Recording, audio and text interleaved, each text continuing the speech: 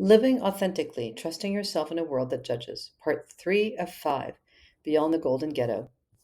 In college, I loved reading Thomas Mann's Clothes Make the Man. This short story follows a character who, by wearing elegant clothes, is mistaken for a nobleman.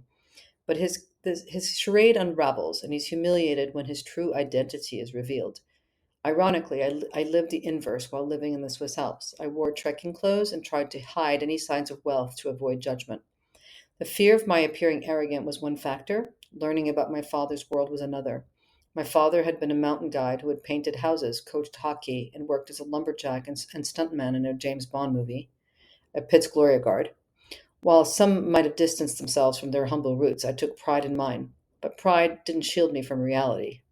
Early warnings. People tried to warn me. My Swiss lawyer advised, don't reveal anything personal to your neighbors. A child psychologist added, you'll never fully integrate into the community. Initially, I dismissed these warnings as elitist and small minded and lacking generosity of spirit. I didn't yet understand that privacy wasn't about superiority, it was a defense against the gossip and judgment that thrive in a small, tight knit community.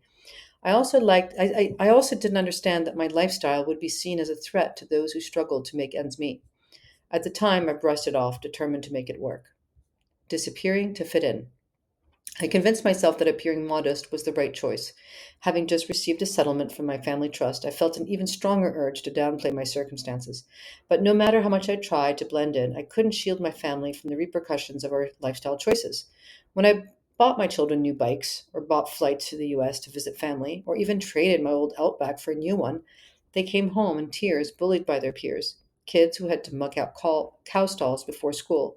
My playing small wasn't protecting anyone. Each choice to blend in slowly eroded my sense of self. My children's tears and our collective isolation made it painfully clear I wasn't just blending in, I was disappearing. Reclaiming myself. Friends from my past life came to visit and reminded me of the person I had once been. Yes, I was sober, working on a black belt in karate, and physically healthier than before, but I wasn't living authentically. This realization prompted change. I began making different choices, upgrading my wardrobe, caring about my appearance, getting a stylish haircut, joining a writing group, taking piano lessons, and enrolling my children in private school. These decisions came with their own set of challenges. A neighbor asked, now that your kids are in private school, will you deem to spend time with us? I responded, of course, don't be silly. But I felt a growing chasm in our relationship. At the same time, an intimate relationship ended. I had gone to another world, he said. To navigate these shifts, I hired executive coach Grant Calder, a high school friend living in Stockholm. Together, we worked to clarify my values, create a vision board, identify where I was stuck, and to develop a plan to move forward. Understanding toxic dynamics.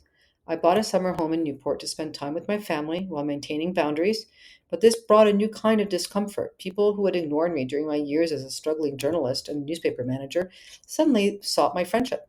My wealth had become my calling card, and the attention felt hollow. My experiences in Newport reminded me of a client who had faced similar dynamics. After generously supporting a friend, covering rent, food, and expenses, he discovered that what he thought was a friendship had turned into resentment. The friend became a self-appointed spy, relaying negative comments others had made about my client. This dynamic exemplifies what Brene Brown calls common enemy intimacy, a false bond built on shared negativity. True connections elevate, toxic ones erode trust and self-worth. Building trust and reclaiming identity. The path to rebuilding trust and authenticity requires intentional steps. One, invest in relationships slowly. Use Brene Brown's Braving framework to evaluate trustworthiness. Watch how people reveal themselves over time before sharing vulnerabilities. Two, center yourself in your values. Authenticity isn't about displaying or hiding wealth, it's about alignment with what matters to you. Three, cultivate supportive communities. Connect with others who share similar experiences and circumstances. Four, choose your confidants carefully. When interactions leave you feeling drained, used, or abused, it's time to reevaluate. Five, establish clear boundaries. Do not do for others what they can do for themselves. You don't always have to be the first to pick up the tab. Six, decline relationships or situations that conflict with your values, even when past generosity or loyalty makes it difficult. Finding your truth. Thomas Mann's character wore elegant clothes to mask his reality. I made myself plain and uninteresting to hide from mine, but in reclaiming my authenticity, I discovered that living truthfully is the greatest form of self respect. The question isn't whether judgment and envy will exist, they will. The question is, will you trust yourself enough to rise above them and live authentically? If this resonates with you and you're ready to reclaim your authenticity, I invite you to learn more about my coaching practice. Currently, I'm all booked up, but I'll be opening a few spots for new clients at the start of the new year. If you'd like to join the waitlist and be the first to know when spots become available, click here to sign up.